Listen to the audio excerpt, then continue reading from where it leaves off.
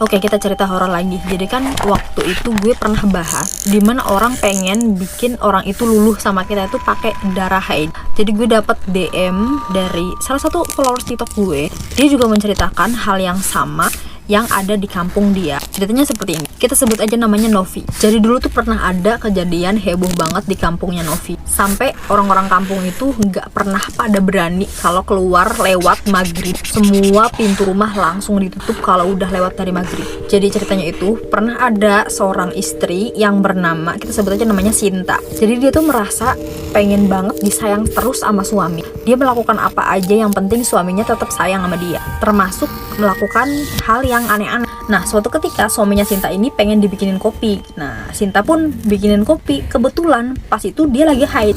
Dan lu tahu itu darah haidnya diperes, taruh di kopi dan dihidangkanlah buat si suaminya. Gak cuma sehari 2 hari, tapi sering banget Sinta ini menghidangkan kopi dicampur sama darah haid buat suaminya.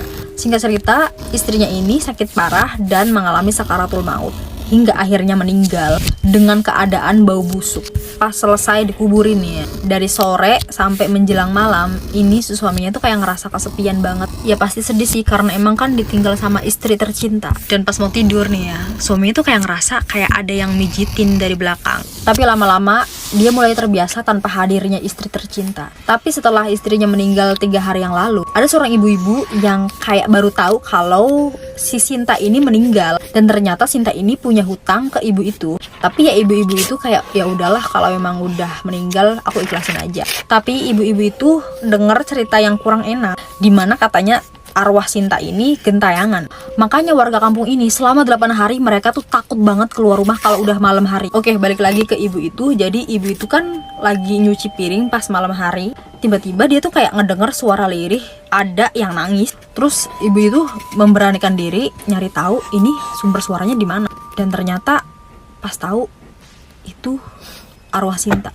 Dan Sinta ngomong ke ibu itu, "Bu, utang saya belum lunas ya.